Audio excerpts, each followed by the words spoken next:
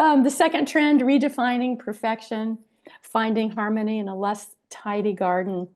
Um, we've talked about that. I really see all media associated with gardening going down this road. You know, there's that huge leave the leaves movement, letting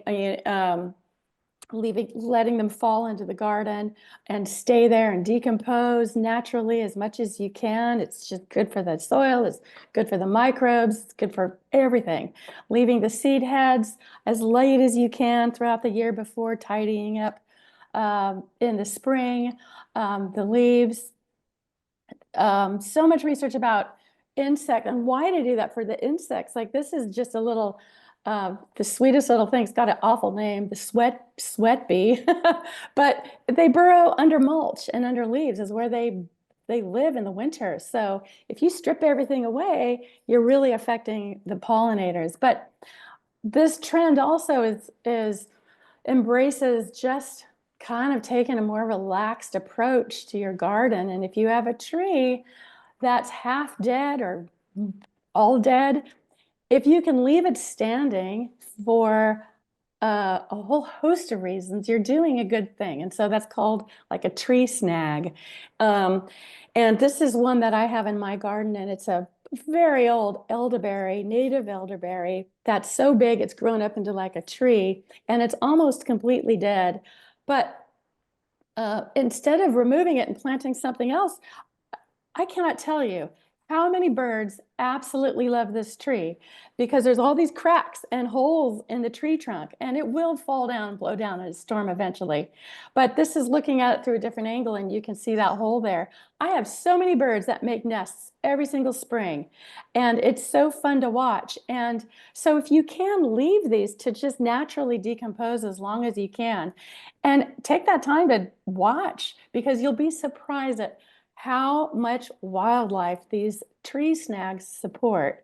I know it's not easy to do if you've got a small garden. The last thing you want to see is like a big dead tree right there. But if you can, leave them. This was a wonderful, wonderful gardener, Lonnie Freymiller in Southern California. And she had to cut down many, many, many, many years ago when they first bought this property. They had all these trees that needed to be removed. Some of them needed to be removed. So she created this fence, this wall. Really, it's a wall. And out of the tree logs. And there's so many little critters that make their nests in that wall. It's a really beautiful thing she did. Um, I recently came upon this on Instagram, and I took a screenshot of it because it's just beautiful. And besides, it kind of shows you, if you're interested in finding out more about this, it's called a Bug Snug, which is such a cute name. Love this idea. It's making a teepee for bugs to overwinter in, or small critters. This is OmVed Gardens, and they've got a great Instagram page. The link is in the notes that I sent you. Super easy to do, and you're providing a habitat for pollinators, especially in the winter.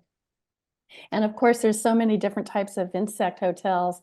This one I really like. It's from the UK's National Trust website, and it's a great way to use like bricks and twigs and things that you might have lying around. So there's just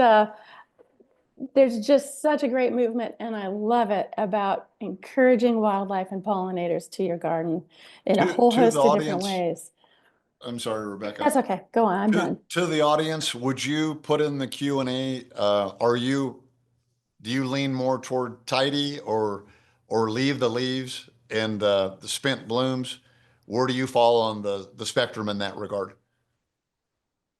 Yeah, and personally, like I write about all the time.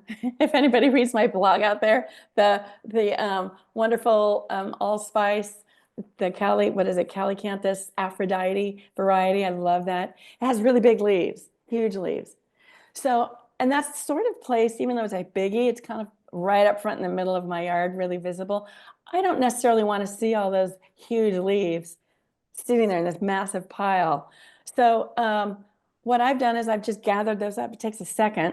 Just gather those up and put them behind some other shrubs and around the bottom of them to where they can naturally decompose.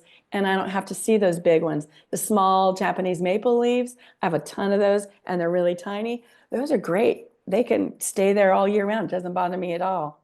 So I think it also kind of depends on the leaves that you're leaving, where they are, how big they are, um, which I have heard from a lot of people. If they land on your lawn, you don't want them to gather on your lawn. That'll kill your lawn. Um, if they get too thick and they're really big and they take a long time to break down, they can get slimy. I used to have that problem. And they kind of almost, yeah, almost kind of prevent some water going through. So once they get too thick, I kind of spread them out a little bit to thin it out. So if you have areas like that, um, instead of raking them all, spread it out. Just yesterday, I was out, we're having some rain right now. And so I wanted to kind of take that time to move some of my big clumps of leaves around. And it's like I noticed I just moved some away, and just moving at the top layer away a little bit, all these little bugs were in there. And I thought, oh, I don't want to disturb them. So I put the leaves back because I felt bad, going through the winter. I don't want to wreck their home. So that's where I Rebecca, lean. by far, the comments are in the camp of leaving the leaves Yeah. and messy versus tidy, waiting till spring to clean up. It seems like there's that's pretty standard procedure with the group. Yeah, and I that doesn't surprise me with our audience here, but I do, like, I have a pretty vast customer base, and a lot of my longtime clients, they don't, they don't want to have a messy looking garden. And I think outside of our group here, a lot of people don't like that look. And so it's really going to be a shift that we're Several seeing. have mentioned that they've changed their opinion on that, so Yeah.